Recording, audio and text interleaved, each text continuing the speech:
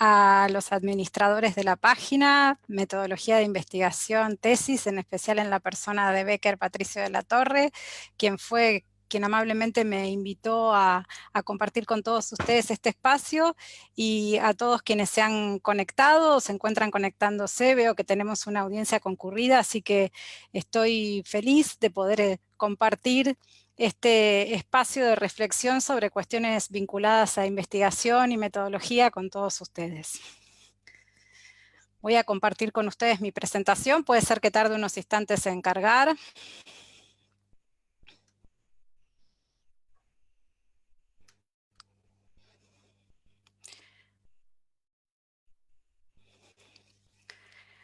Como les comentaba recién Becker, el tema de hoy va a ser la investigación científica, aclarando conceptos y derribando mitos. La idea no es hacer una charla sumamente teórica, sino tener una conversación amena, donde reflexionemos sobre el concepto de la investigación. Muchas veces hablamos en los espacios académicos sobre investigación, dando por sentado el que todos entendemos de lo que estamos hablando.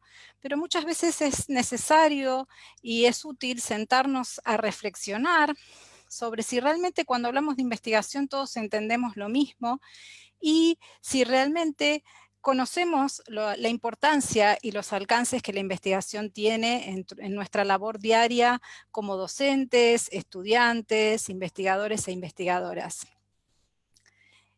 ¿Se está visualizando correctamente la Sí, presentación?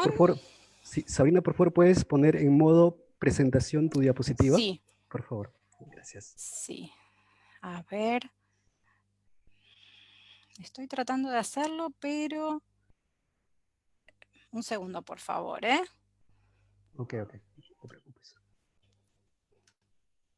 Porque estoy intentando de hacerlo, pero a ver... Desde el principio. Aquí estoy. Ahí debería empezar a funcionar. Ahí está. Muy bien, gracias. Perfecto. No, no hay de qué. Había intentado con F5, pero me parece que no funciona, esa tecla abreviada no funciona cuando estamos utilizando este tipo de transmisiones. Bien, entonces, como les decía, la idea de este espacio es parar un poco a reflexionar, a no dar tan por sentados algunos conceptos, sino que preguntarnos sobre cuál es la idea que tenemos la investigación, sobre la investigación, si tenemos algunos preconceptos que necesiten ser revisados. Para comenzar esta charla me pareció oportuno diferenciar los distintos tipos de conocimiento que existen, y básicamente entre dos tipos de conocimiento con los que estamos en contacto habitualmente. Uno es el conocimiento común o cotidiano, el conocimiento que obtenemos a partir de los sentidos, de nuestra vista, de nuestro olfato, de nuestro tacto, del contacto cotidiano con la realidad. ¿Qué características tiene este conocimiento? Primero, la que acabamos de ver. Es un conocimiento que podemos obtener sin aplicar ningún procedimiento especial, simplemente utilizando nuestros sentidos y entrando en contacto con la realidad a través de ellos. Es el conocimiento a través del cual, por ejemplo, decimos si sentimos frío, si sentimos calor, de qué color es una determinada cosa, si una persona tiene el cabello de un determinado color, etcétera. Todos los conocimientos que adquirimos por la mera percepción visual, auditiva, sensorial. ¿Qué ocurre con este conocimiento? No es contrastable. ¿Qué significa esto? No existe la posibilidad, si bien otras personas pueden acceder a este conocimiento, y nosotros podemos decir, este vaso es rojo, y otra persona puede venir y puede verlo también, no hay un procedimiento específico para lograr contrastar ese conocimiento, para contrastarlo con la realidad en forma metódica, y que todos podamos, a través del mismo proceso, llegar a la misma conclusión. Es un conocimiento que tiene un alto componente subjetivo. A veces nos pasa que vemos una cosa de un determinado color y no todas las personas tienen exactamente la misma percepción. Algunos lo ven más claro, otros lo ven más oscuro, rojo claro, rojo oscuro. Es hay cuestiones que tienen que ver con la subjetividad, que esto no quiere decir que en el conocimiento científico no exista la subjetividad, por el contrario, es un conocimiento que también está influido por la subjetividad, esa visión un poco anticuada de la ciencia como un campo neutro y objetivo cada vez está quedando más atrás. Pero en el conocimiento común el campo de la subjetividad es aún mayor. Y este es el tercer carácter justamente que podemos visualizar, que tiene una validez acotada muy ligada a la percepción de cada persona. Lo que para mí es válido desde el conocimiento común puede ser una opinión, algo que para otra persona no es válido. ¿Qué pasa en cambio con el conocimiento científico? Se obtiene a partir de métodos y técnicas, es decir, existen una serie de procedimientos a través de los cuales vamos a poder llegar a obtener ese conocimiento. Y este es tal vez el núcleo diferenciador entre el conocimiento científico y el conocimiento común. Porque son una serie de procedimientos que además de ser contrastables o verificables, es decir, que cualquier otra persona que conozca esas mismas técnicas, que domine esas mismas técnicas, va a poder realizar los mismos pasos, debería llegar al mismo resultado. Es un conocimiento replicable porque puedo replicar el procedimiento para llegar a las mismas conclusiones, y es contrastable o verificable, porque esos métodos y esas técnicas permiten constatar si lo que estamos sosteniendo a través de nuestras conclusiones está obtenido como razonamiento válido. Y quiero resaltar la palabra válido y no verdadero, porque esta es otra de por ahí de los pensamientos más tradicionales sobre la ciencia que modernamente se han ido flexibilizando. Hoy por hoy sabemos que las verdades científicas no son verdades permanentes ni absolutas. Kuhn nos enseña que existen los paradigmas científicos, que son consensos que se mantienen durante un tiempo determinado. Entonces, lo que nosotros podemos predicar es la validez de nuestras conclusiones, no la verdad absoluta o la permanencia, porque aquello que hoy es considerado como válido, aquello que hoy es un paradigma científico, mañana puede dejar de serlo porque otra persona puede realizar con otras técnicas o partiendo de otras premisas una investigación y puede refutar aquello que yo concluí. Y una tercera característica es que busca tener una validez general. A diferencia del conocimiento común que se relaciona con nuestra interacción directa y personal con los objetos que nos rodean, y que al ser una interacción personal, como dijimos, presenta un alto grado de subjetividad y de relatividad en el alcance de sus conclusiones, el conocimiento científico tiene una pretensión de validez general, concretamente a través de leyes, teorías, enunciados, etc. No vamos aquí a entrar en las definiciones más epistemológicas, pero sabemos que el conocimiento científico se expresa a través de distintas construcciones de distinto nivel de generalización, como son los enunciados, las leyes y las teorías. Pero todas tienen en común esta pretensión de validez general, que como acabamos de remarcar no quiere decir que sea una validez permanente, es una validez acotada a un determinado contexto social, económico, científico y político, pero sí marca una clara diferencia con el conocimiento común, donde la validez de los postulados va a ser acotada por las subjetividades y por la forma en que se produjo ese conocimiento.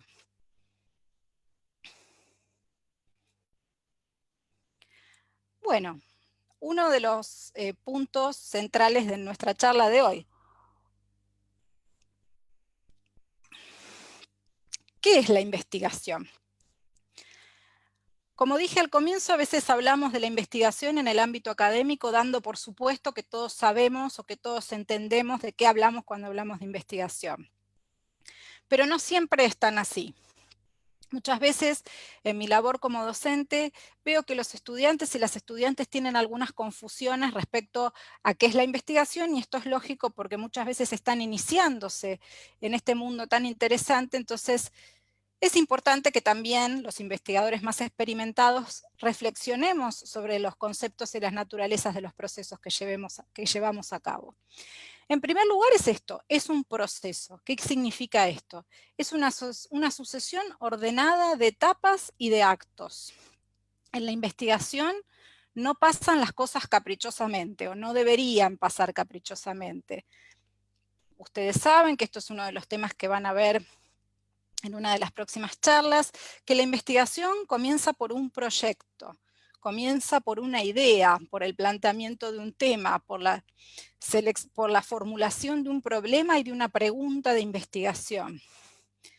Ese es lo que se conoce como el momento epistémico de la investigación.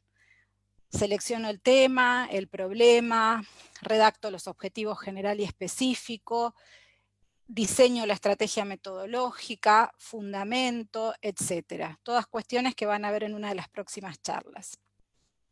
Luego tenemos el momento del trabajo de campo, el momento de llevar a la práctica todo eso que planeamos en esta etapa inicial, en este momento epistémico.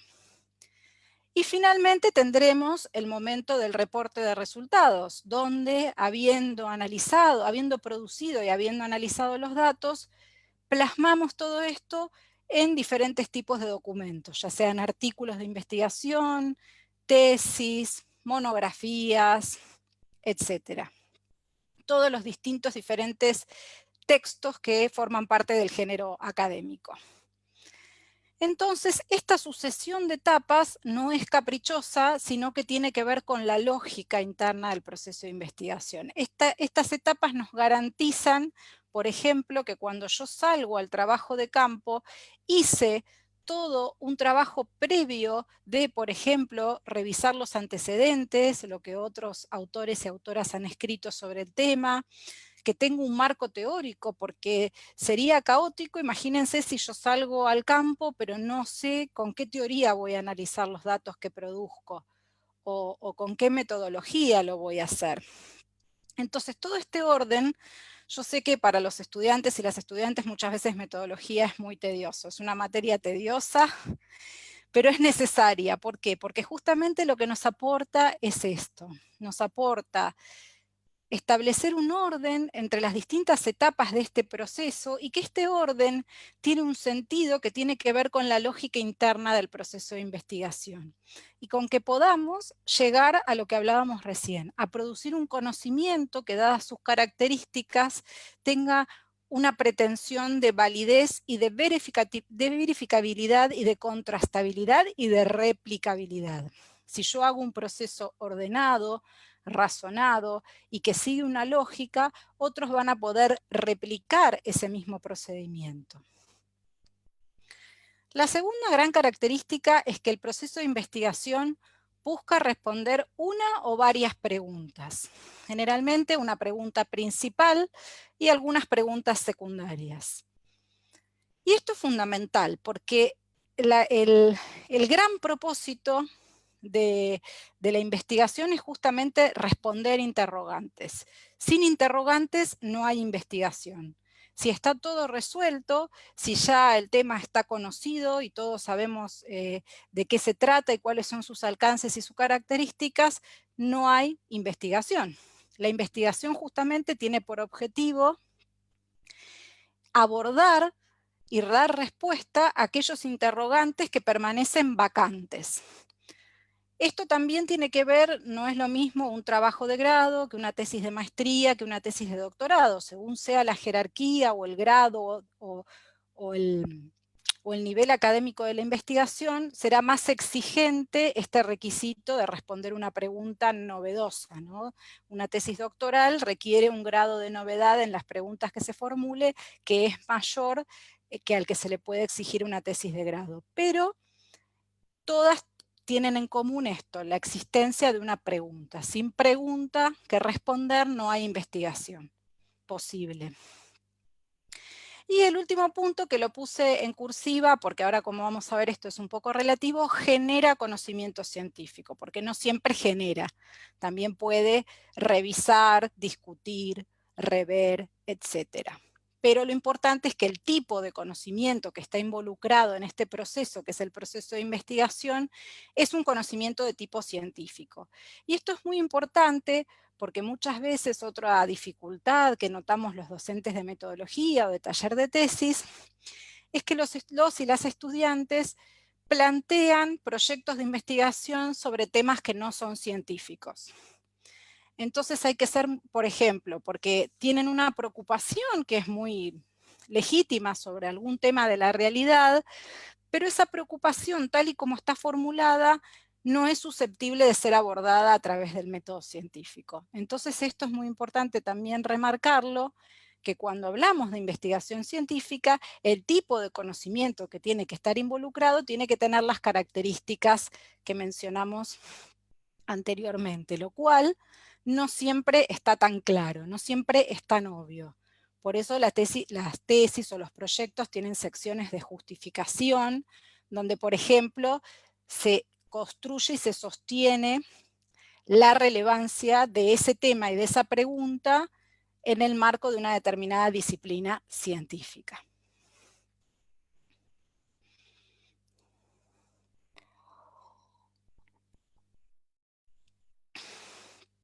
Bueno,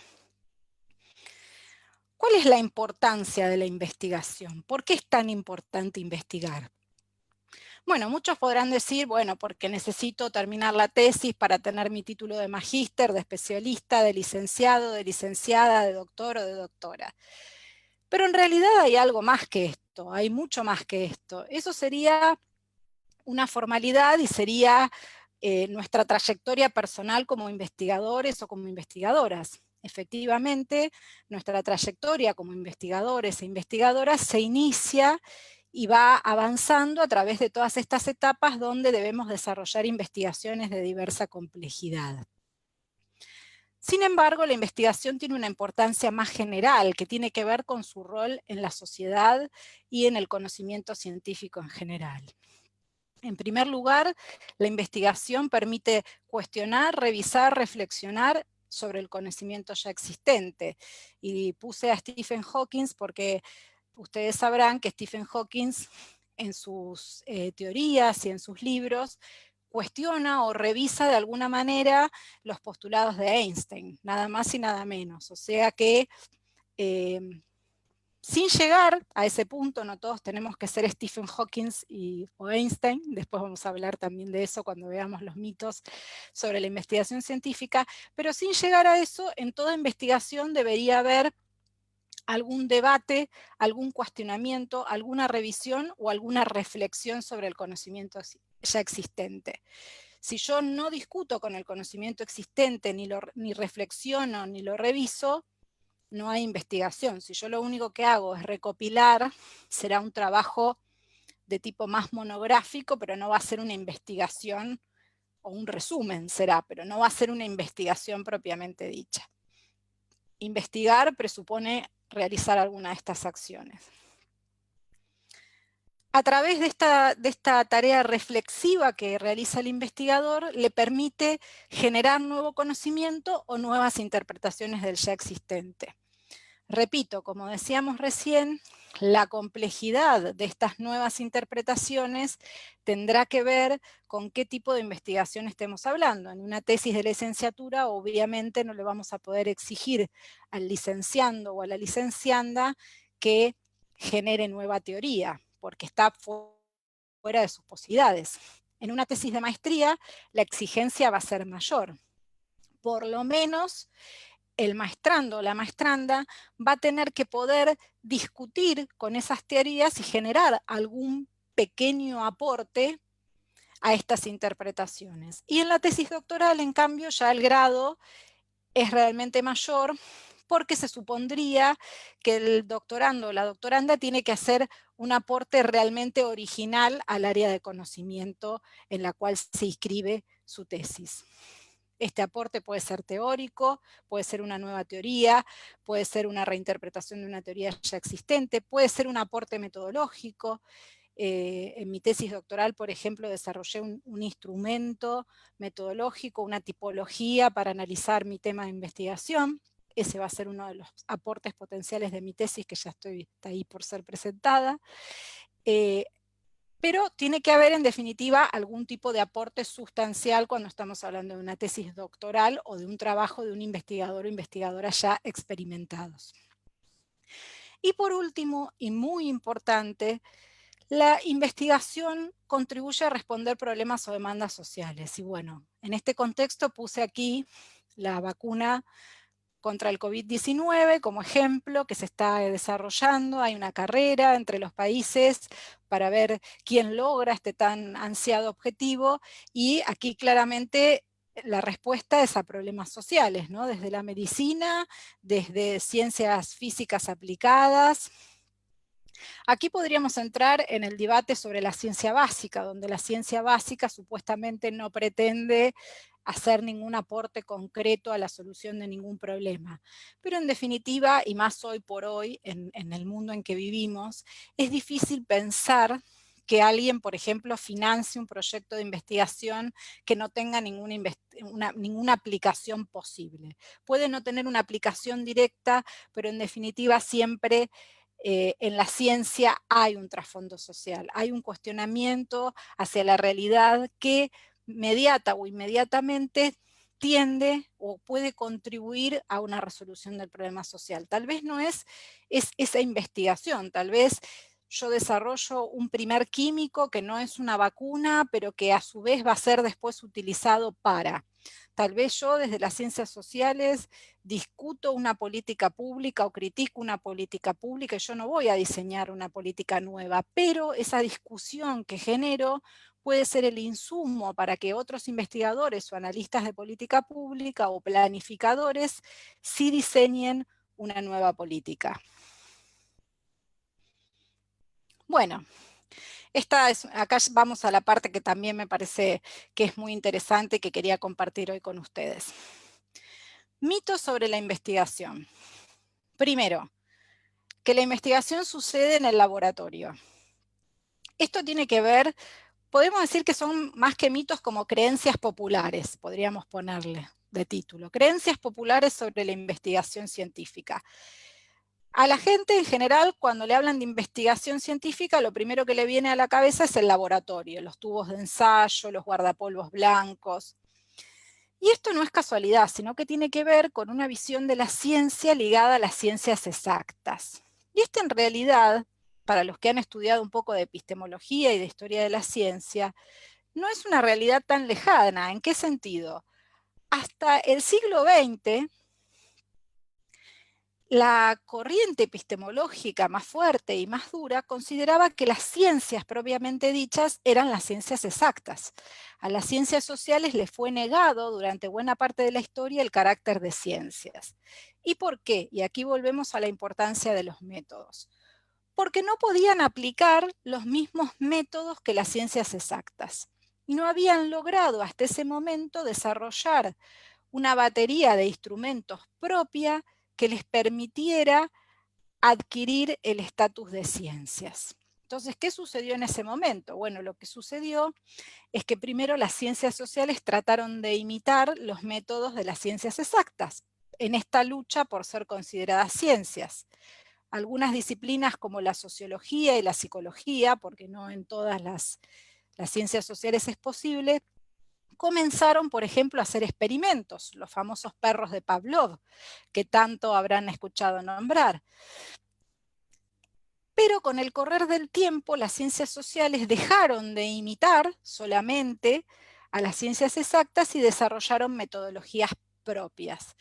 La observación participante, las entrevistas, los focus groups o grupos de discusión, el análisis de contenido cualitativo, etc.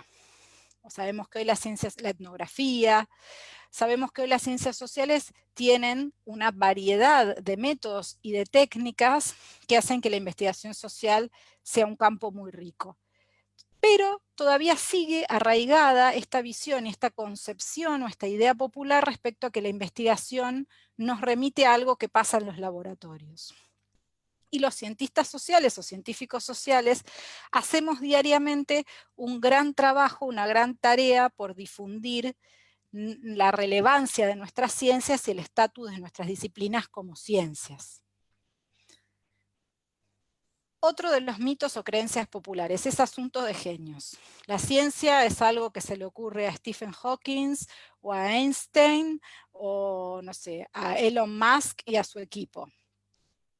Y esto es como una visión un tanto elitista, ¿no?, de la ciencia, que esto fue otra de las grandes características que tuvo la ciencia en sus orígenes. Efectivamente, si nosotros nos remontamos a épocas pasadas, no sé, al medioevo o a las civilizaciones antiguas, la ciencia era algo que se gestaba dentro de ciertas élites. ¿Por qué? En primer lugar, porque solo un grupo muy reducido de personas tenía acceso a la educación. La educación no era un bien masivo como es hoy en día. No existía la idea del derecho a la educación. El derecho a la educación y los derechos humanos en general surgen en el siglo XX, después de la Segunda Guerra Mundial sobre todo. Entonces, todo esto hacía que en el contexto la investigación fuera vista como una cuestión de las élites que se podían educar y que entonces eran quienes monopolizaban el conocimiento científico. La consagración de la educación como un derecho y todas las distintas acciones de democratización de acceso al conocimiento. Hoy por hoy tenemos también las nuevas tecnologías que han democratizado y que han extendido el conocimiento científico, hacen que la investigación no sea una cuestión, un asunto de genios o de elites, sino que se haya extendido. Y por último, esto que decía recién, que muchas veces los estudiantes cuando tienen que cursar metodología o hacer sus proyectos de tesis, lo ven como un padecimiento. Es aburrida. Es aburrida esto de tener que estar fijándome en la estrategia metodológica, cuándo me voy a sacar esto de encima, no lo aguanto más. Bueno, en eso tenemos responsabilidad también los y las docentes de tratar de mostrarles y de demostrarle a los estudiantes que la investigación no es siempre aburrida, que puede ser divertida y que de hecho puede ser, como vamos a ver en la próxima diapositiva, puede ser, para algunos es una pasión. Entonces, ¿qué pasa en verdad con respecto a estas afirmaciones? ¿Cómo podemos refutar?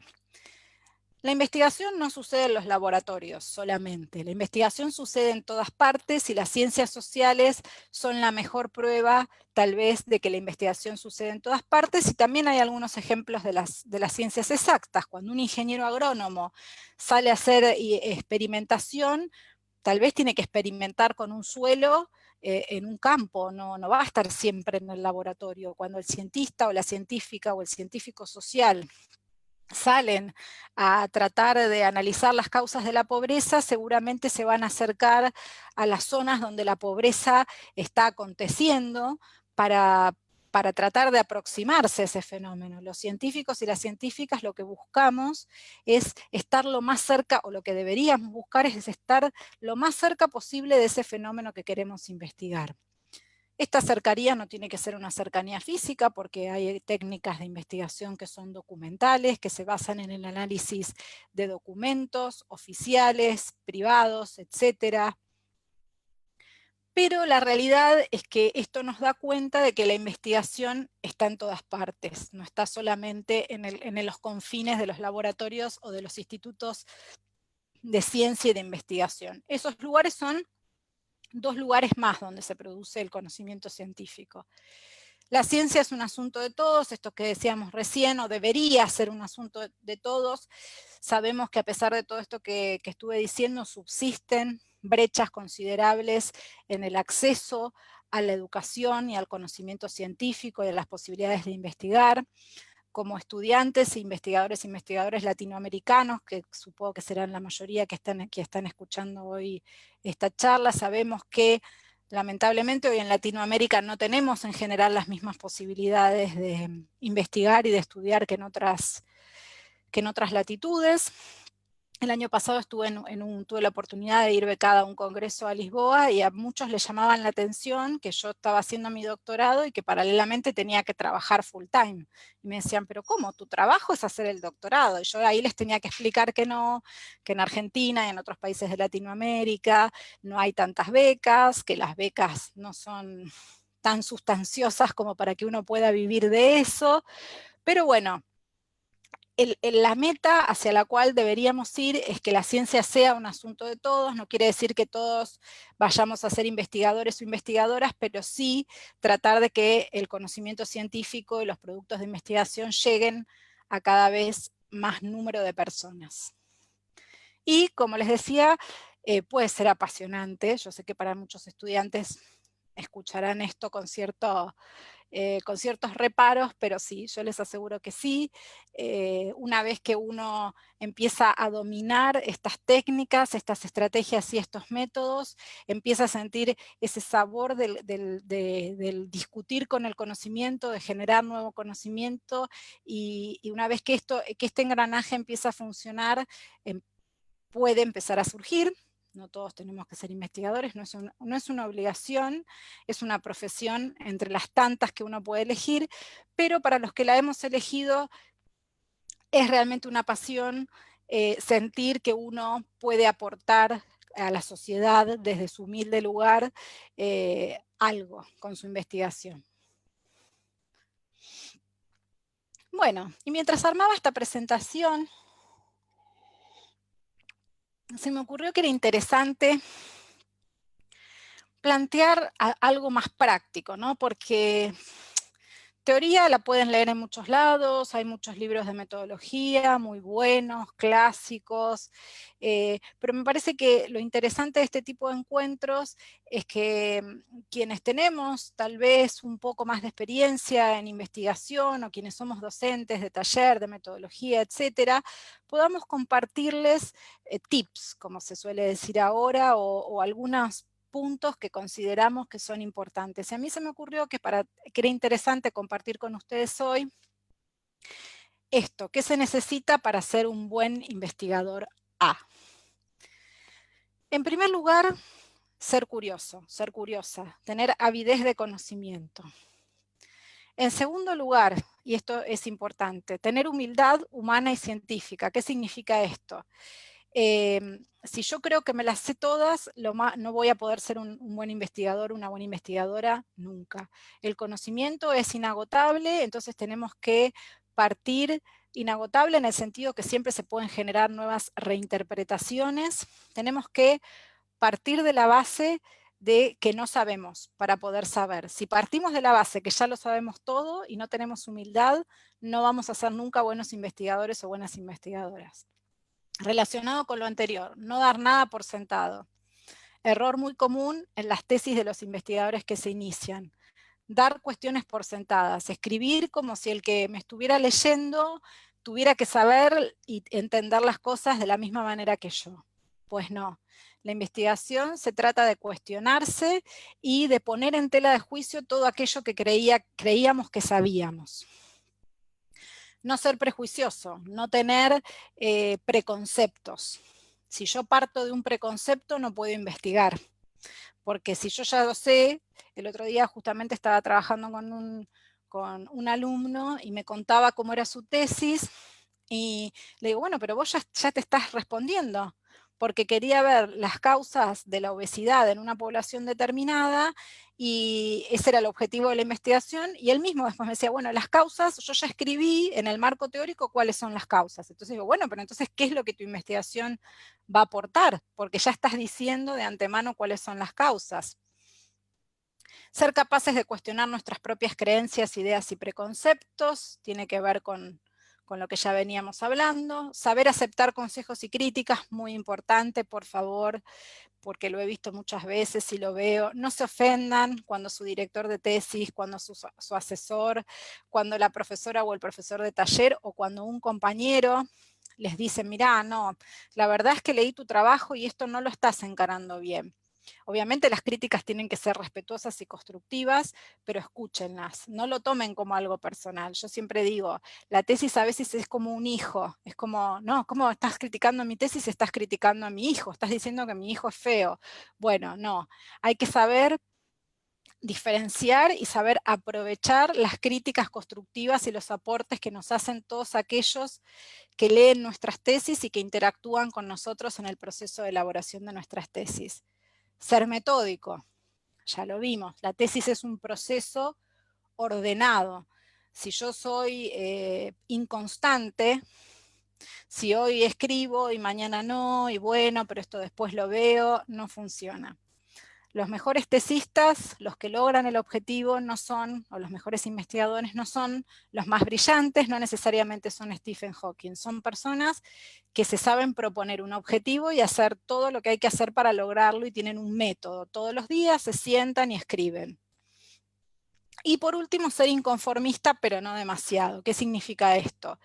Si yo me conformo con lo primero que escribí, probablemente el producto, a menos que yo sea Stephen Hawking, va a ser, que no creo que igual Stephen Hawking fuera justamente un conformista, va a ser algo mediocre, no va a ser lo mejor que puedo dar, pero tampoco hay que caer en el otro extremo, en nunca estar conforme. Esas personas que leen y releen su tesis y la corrigen y nunca le pueden poner punto final. No, esto tampoco nos conduce a ningún lado. Bueno, consejos para iniciarse la investigación. De nuevo, esta parte práctica y este mensaje desde mi humilde experiencia que quiero dejarles en esta charla. Primero, leer mucho. El otro día lo dije en una de las charlas que doy desde mi canal, desde mi página. El conocimiento científico siempre se construye a partir de conocimiento científico previo, así que tenemos que leer y tenemos que conocer lo que ya se escribió sobre ese tema. Leer crítica y analíticamente no es pasar las páginas, sino es realmente sacar provecho a ese conocimiento previo para poder reinterpretarlo, discutir con él, reflexionar, etc. Preguntar a nuestros pares, a nuestros docentes, a la sociedad y preguntarnos a nosotros mismos, tener una actitud reflexiva, conversar con investigadores e investigadoras experimentados que seguramente nos pueden aportar elementos muy útiles desde esa experiencia, tomar clases y talleres de metodología y leer manuales de metodología. Vuelvo a decir, sé que a muchos estudiantes esto les cuesta, pero es absolutamente necesario. Y por último, fijarnos metas realistas en tiempos realistas. Otro error muy común que veo como docente y que vemos los docentes de taller y de metodología o como directores de tesis y que nos ha pasado en nuestra propia experiencia como alumnos, es querer investigar el universo en sus alrededores en 6 meses. No. Si tenés 6 meses, planteate una investigación que se pueda hacer en 6 meses, no una investigación que requiera 5 años, porque es preferible una investigación pequeña y acotada, bien realizada, y no una investigación pretenciosa y ambiciosa que se quede a mitad de camino.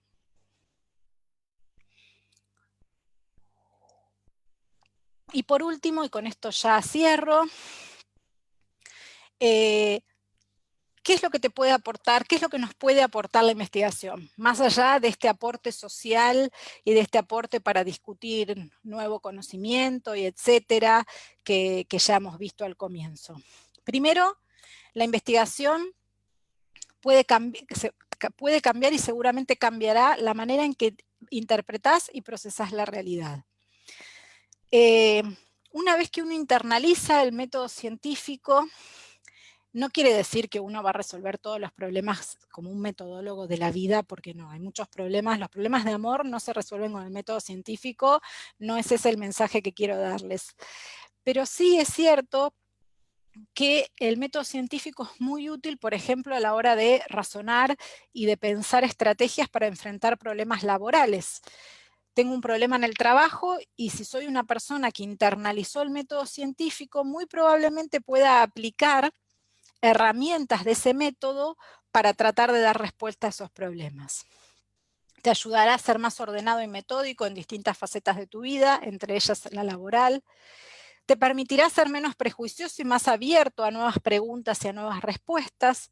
Te acercará a temas, lugares y personas que nunca soñaste conocer.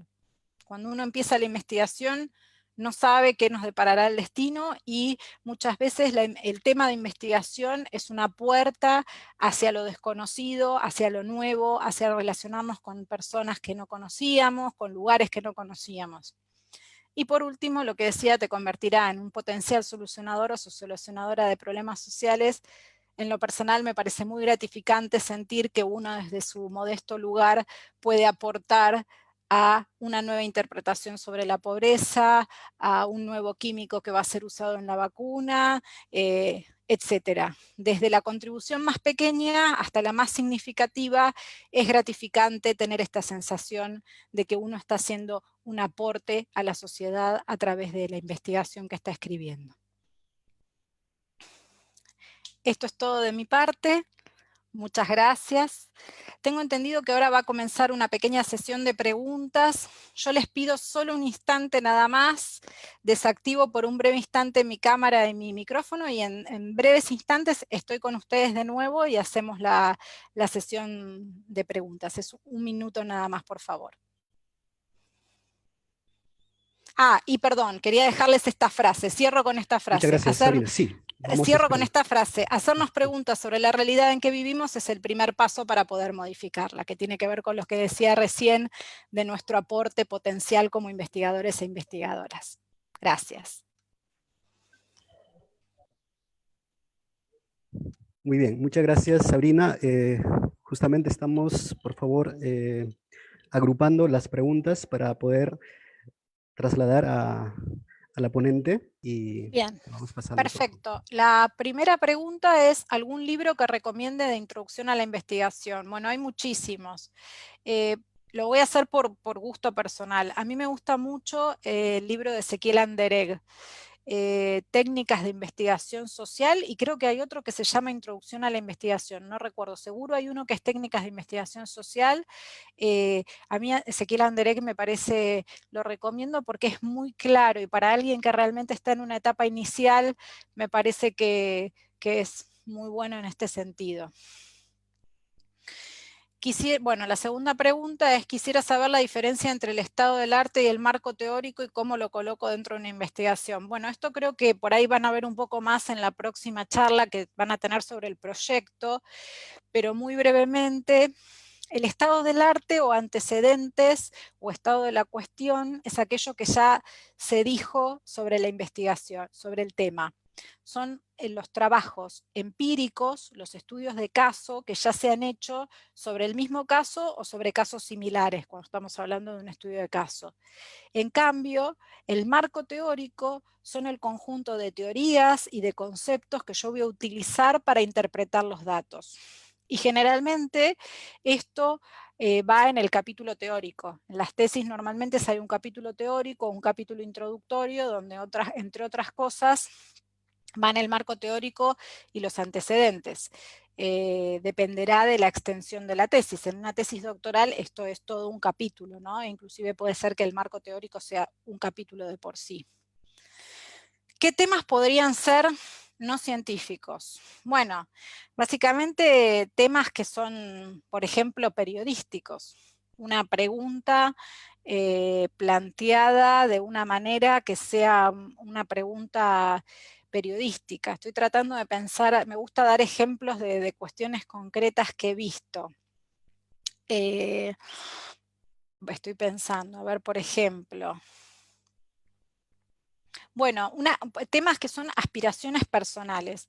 Por ejemplo, a mí me motiva mucho la pobreza y bueno, ¿cómo se puede solucionar la pobreza? En realidad eso no es una pregunta de investigación, así planteada con esa amplitud. Eso es un problema político, por ejemplo. ¿Cómo solucionar la pobreza? Es un problema político. Yo desde una investigación me puedo preguntar cuáles son las causas de la pobreza en una población determinada, o qué instrumentos, analizar críticamente determinados instrumentos de diagnóstico y de lucha contra la pobreza, pero no es un tema que pueda ser abordado desde una investigación, por eso no sería científico. Así planteado en estos términos generales, no quiere decir que no haya un montón de temas vinculados con la pobreza que sí lo sean, pero cómo solucionar la pobreza, cómo terminar con el hambre en el mundo, así planteados de manera tan general, son grandes dilemas, que ojalá pudiéramos dar la respuesta desde la investigación, pero no. La cuarta pregunta, ¿cuál es la denominación más común de la competencia que indica que los estudiantes de ciencias sociales han de aplicar metodologías y resultados válidos en su próximo ejercicio profesional? No entiendo muy bien a qué se refiere. ¿Cuál es la denominación más común de la competencia que indica? No conozco que haya un nombre que resuma todo esto. Si alguien sabe que existe un nombre que resuma todo esto, no, yo no lo conozco, por lo menos o no estoy entendiendo la pregunta o no conozco un nombre que resuma toda esa habilidad. Es la habilidad de eso, de contar con métodos, ¿no? De ser metódico. ¿Cómo trabajar un tema o idea de investigación? Bueno, eso podemos hacer una charla. Seguramente por ahí haya algún otro investigador invitado que cómo trabajar es muy amplia la pregunta. ¿Cómo sería? ¿Cómo plantearlo? ¿Cómo nacen las ideas de investigación? Y bueno, nacen de un montón de formas, ¿no? Desde que estoy sentado viendo la televisión y un reportaje me hace clic hasta que estoy leyendo un texto académico y después cómo trabajarlo, bueno, con métodos y con técnicas de investigación, ¿no? Mínimo, ¿cuántos instrumentos de investigación se deben aplicar en las ciencias sociales para recolectar información? No hay un mínimo. No hay un mínimo. Justamente las ciencias sociales, una de las características que tienen, que es cómo buscan comprender la realidad social, esta comprensión varía mucho de acuerdo al fenómeno. Nosotros tenemos, esto es una pregunta que no se puede, la mejor respuesta es que no es una pregunta que se pueda contestar en abstracto. Esto va a depender de cada objeto de investigación y de cada pregunta de investigación. No es que porque apliquemos más técnicas va a ser más válida o porque saturemos los datos. Hay que saturar. Saturación se llama cuando un mismo dato le aplico varias técnicas hasta que los resultados que dan ya son siempre los mismos porque los saturé. No siempre es necesario que pase esto. Puede ser una excelente investigación que tenga solo entrevistas o puede ser una investigación malísima que aplique entrevistas, encuestas y observación participante. No es una cuestión de cantidad y no hay un mínimo, hay que analizarlo en concreto. Hablaste de que la verdad es inacabada. El ser humano, o es que no ha alcanzado aún la verdad o la construye o reconstruye en cada tiempo. Bueno, esto es una pregunta filosófica más que metodológica. ¿Qué es la verdad? Y si el ser humano puede encontrar la verdad alguna vez, bueno, no, me excede totalmente. Yo creo que las verdades son situadas, ¿no? Lo que es verdad para nosotros hoy no era verdad para otras culturas. Ahora tenemos movimientos inclusive que cuestionan las verdades que nosotros creíamos, los terraplanistas, los antivacunas. La verdad yo creo que es un concepto muy relativo y en lo que hace específicamente a la investigación científica, creo que es más correcto hablar de paradigmas, ¿no? Como nos planteaba Kuhn. No hay verdades, hay paradigmas, hay consensos científicos sobre determinadas realidades que son verdad hoy, pero pueden no ser verdad mañana. ¿Hay alguna técnica adecuada para ciertos grados académicos o es indistintos? Una técnica de investigación. No, es indistinto. Puede haber, yo creo, si se refiere a si, por ejemplo, en una tesis de grado puedo hacer observación participante y en una de posgrado, en cualquier grado académico podría utilizar cualquier técnica.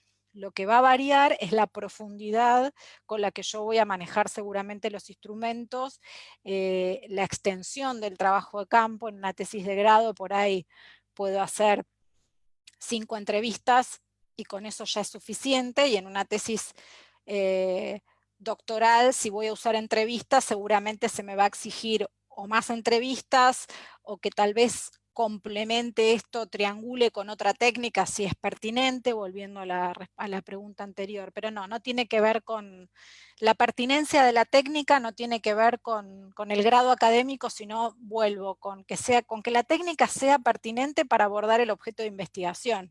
Eso es lo que un evaluador de tesis va a analizar. ¿Existen tesis cualitativas con una sola variable? Oh, bueno, esto es una discusión. En principio esto tiene que ver, porque he visto distintas posturas en relación a esto. En principio, hay tesis, hay la investigación, no las tesis, vamos a hablar con mayor propiedad. Hay distintos alcances de la investigación. ¿Qué quiere decir el alcance? Bueno, concretamente, según el alcance, las investigaciones se clasifican en exploratorias, explicativas, correlacionales, etc. ¿En qué varían cada una de estos alcances? El alcance exploratorio es cuando es un tema que es muy nuevo, que no se conoce. El alcance correlacional, y ahí voy, es cuando se relacionan dos o más variables. Si yo leo esta definición, quiere decir que no todas las investigaciones necesariamente tendrían que correlacionar dos o más variables, porque no todas las investigaciones son correlacionales. Eso en principio. Pero es un tema como un poco controvertido. Muchas veces hay que leer, es por eso, es una pregunta difícil de contestar en abstracto. Hay que verlo con el ejemplo concreto, si está bien formulado y qué puedo aportar, porque bueno, describir un proceso, por ejemplo, una investigación de alcance descriptivo, que es otro de los alcances donde podríamos pensar en las investigaciones exploratorias y descriptivas. Podemos pensar en que no haya más de una variable, porque, por ejemplo, describir el proceso de inserción laboral de una determinada comunidad. Hay una sola variable, la inserción laboral. ¿Y estaría mal? En principio parecería que es pertinente, porque es una investigación descriptiva.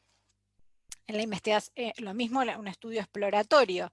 Explorar, no sé, las características sociodemográficas de una determinada población que no ha sido estudiada. En cambio, si estamos hablando de un estudio correlacional, no, el alcance correlacional es relacionar la inserción laboral con la formación educativa, por ejemplo, con la formación profesional. Lo explicativo tampoco podría ser con una sola variable, porque yo busco causas, entonces necesariamente hay una relación. Dentro de una información que dice ser fiable, ¿cómo podemos determinar que esa información es 100% verdadera aparte de las fuentes? Claro, bueno, acá vuelvo con lo que dije al principio. Ojo con esto de predicar verdad. Nosotros lo que podemos predicar respecto de las fuentes es fiabilidad y validez. En la investigación científica no existen fuentes verdaderas o fuentes falsas. Lo que existen son fuentes fiables y fuentes válidas y fuentes inválidas o no fiables. Por ejemplo, el otro día hice una transmisión en vivo desde mi canal donde decía, para una investigación académica no puedo usar como fuente página Wikipedia, porque no es válida como fuente, porque es información que no está verificada, por ejemplo. Eso es una fuente que no es válida y tampoco es fiable. Ahora, las entrevistas son una fuente válida y fiable, entre comillas. Ahora, ¿yo puedo asegurar que lo que me dicen los entrevistados sea verdadero?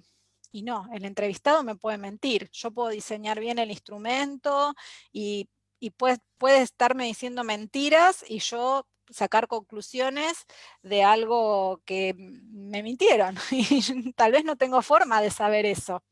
Entonces, tengamos en cuenta esto. Nosotros no podemos asegurar la verdad de nuestras conclusiones en la investigación científica. Lo que podemos asegurar es, aplicando los métodos y las técnicas, que nuestras conclusiones fueron obtenidas de un modo válido, que no hay falacias también en los razonamientos. Este es otro tema que da para otra charla, que no construimos razonamientos falaces. La distinción entre una monografía y una tesis reside en el objeto o en el método o en otro. Bueno, no, en el objeto no necesariamente, porque el objeto es algo amplio, es como, el objeto puede ser el tema, ¿no? ¿Qué voy a investigar? Y bueno, yo quiero investigar las causas de desempleo, pero en un trabajo monográfico, normalmente no hay una... No necesariamente hay una pregunta de investigación, primero, esa sería una gran distinción. Puedo plantearme un interrogante, un objetivo, pero no tiene el mismo rigor metodológico, por empezar. No necesariamente, a veces la monografía, yo planteo una introducción, divido en secciones, es bien descriptiva la monografía, en ese sentido. Es bien de alcance bien descriptivo. Pero no necesariamente hay una pregunta, no necesariamente hay una estrategia metodológica, podría no haberlo. La tesis, en cambio, tiene todas estas secciones. Sí o sí tiene que tener una pregunta, sí o sí tiene que tener una estrategia, y bueno, la profundidad también con la que se aborda el tema, ¿no? En la tesis hay un abordaje mucho más profundo, no es un abordaje, por más que el alcance sea descriptivo, no es simplemente, bueno, un autor dijo esto, el otro dijo otro, y yo opino tal cosa, no. Hay todo un proceso que se lleva a cabo, que es el proceso de investigación.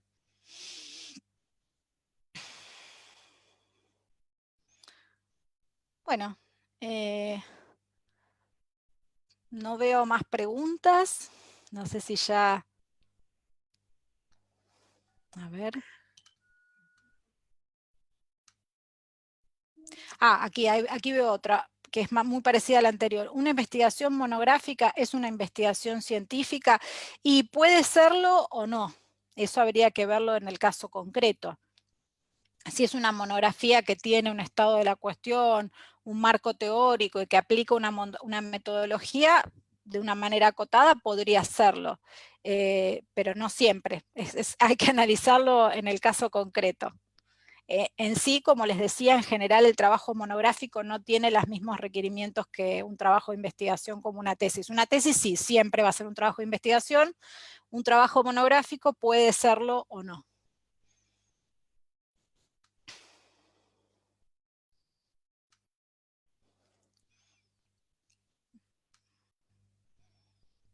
Creo que no hay más preguntas por el momento. Bien.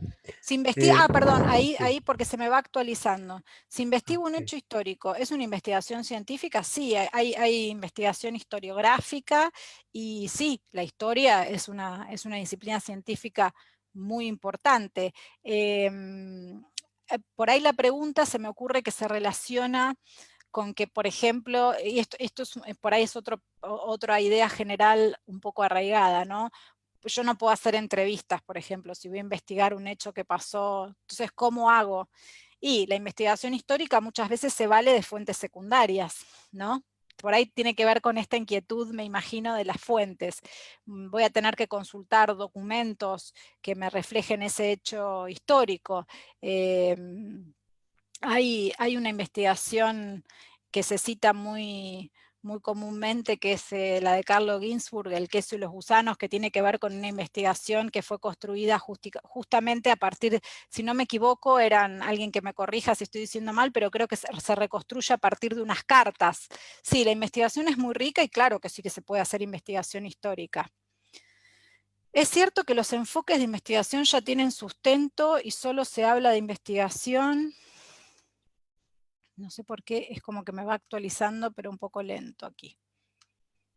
Solo se habla de investigación. Ahí está. Esperen que voy actualizando.